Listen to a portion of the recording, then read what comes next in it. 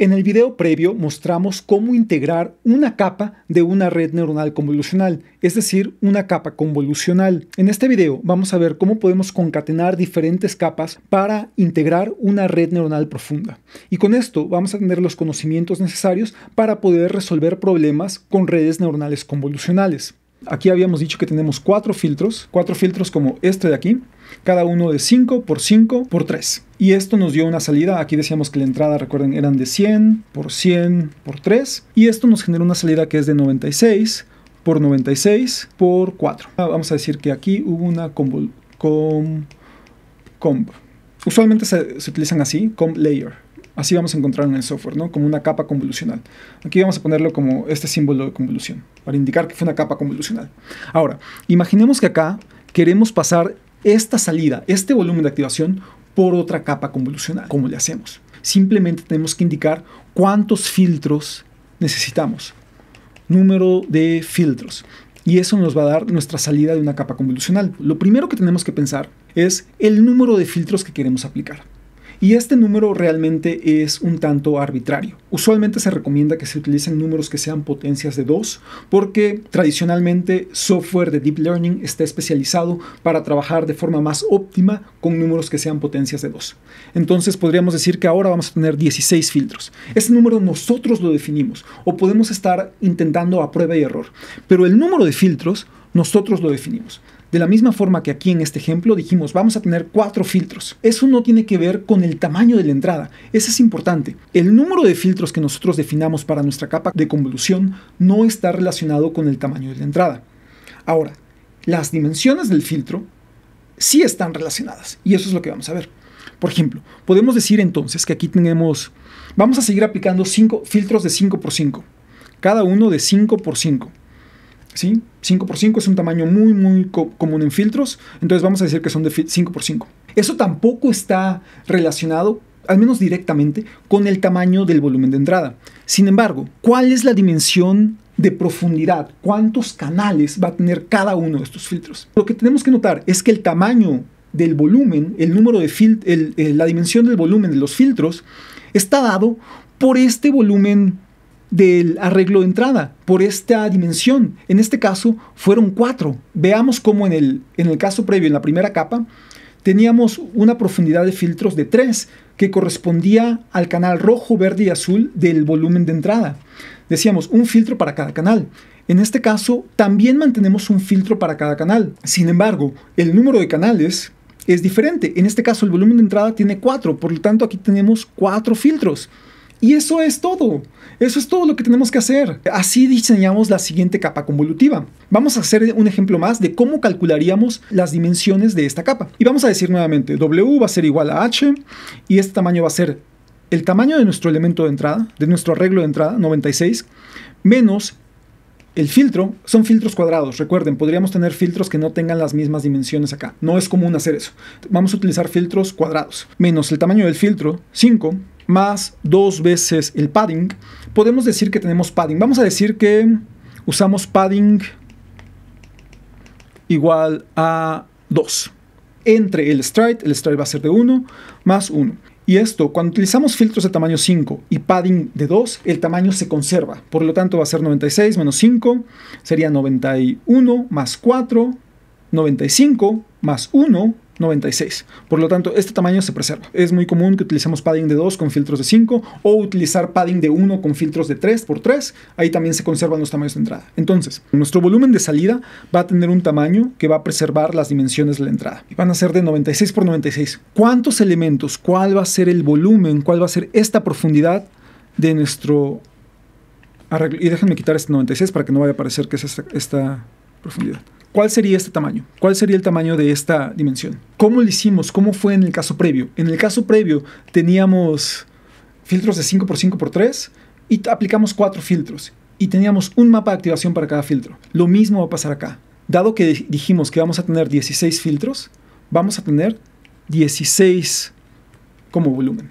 Para un total de 16 mapas de activación que hacen este volumen de activación. Entonces nuestra salida va a ser de 96 por 96 por 16.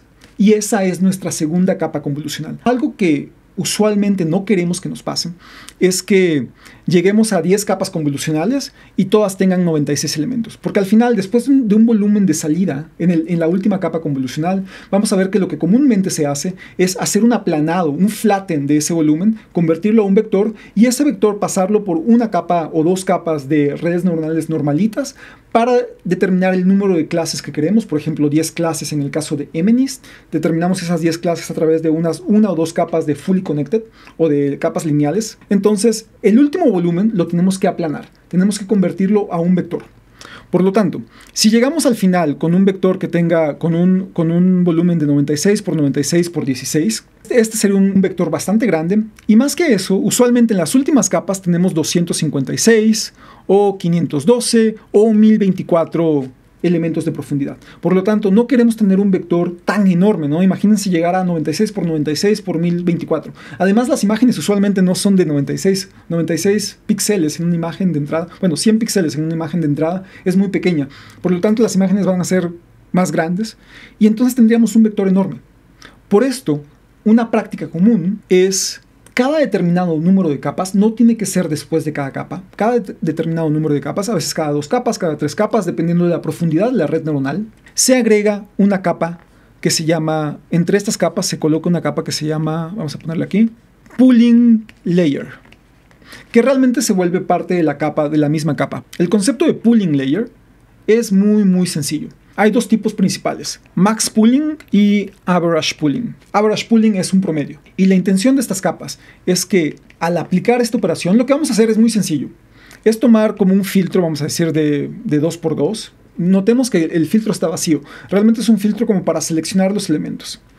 No tiene valores, es decir, una capa de pooling no tiene parámetros que aprender. Entonces se coloca encima de estos 4 elementos y lo que se hace es... De aquí serían menos 10, menos 7, menos 8 y 8.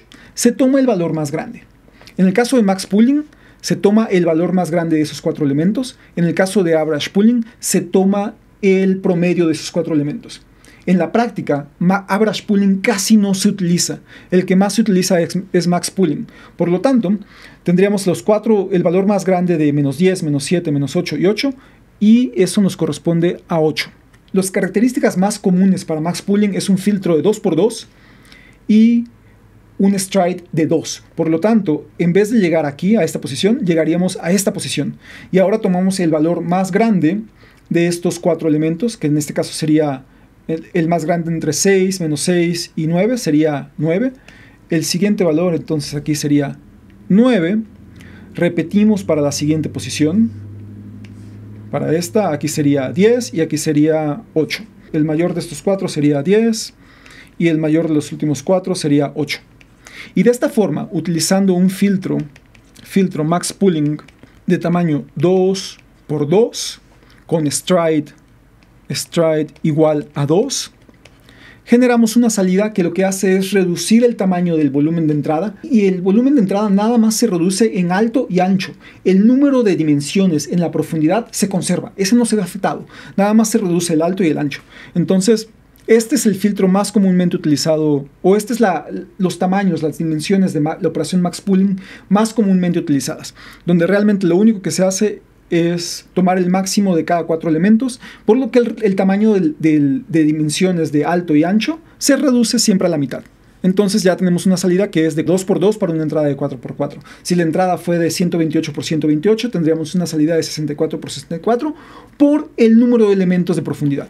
Por ejemplo, en este caso, si en esta etapa, vamos a decir, a la salida de esta quisiéramos tomar un proceso de max pooling, hacer una capa de max pooling, lo que tendríamos sería 96 entre 2, 48. Tendríamos una salida de 48 por 48 y la profundidad no se afecta por 16. Eso sería si aplicamos una capa de max pooling después de esta capa en nuestro ejemplo. En este video hemos explicado cómo combinar diferentes capas convolucionales de diferentes tamaños incluso para formar una red neuronal convolucional profunda, es decir, de múltiples capas. Hemos visto cuáles son los parámetros indispensables de cada una de estas capas, que incluyen el número de filtros, el tamaño de cada filtro, el stride con el que se aplican los filtros en el proceso de convolución, así como el padding utilizado para determinar el tamaño del volumen de salida. Y con el tamaño me refiero a las dimensiones de alto y ancho. También explicamos cómo hacer que las dimensiones de cada capa coincidan para construir un modelo de red neuronal compatible. Es decir, que los filtros de una capa tengan las características necesarias para coincidir con el volumen de entrada. Estos parámetros son los más importantes en el diseño de una red neuronal convolucional o en la implementación de una red neuronal convolucional, ya que son los que usualmente piden los softwares de Deep Learning como son PyTorch o TensorFlow. En el video siguiente vamos a explicar algunas características finales de las redes neuronales convolucionales y vamos a aprender también a determinar el número de parámetros que hay en una capa convolucional, lo que nos podrá llevar a determinar el número total de parámetros en una red neuronal convolucional. Entonces, continuamos.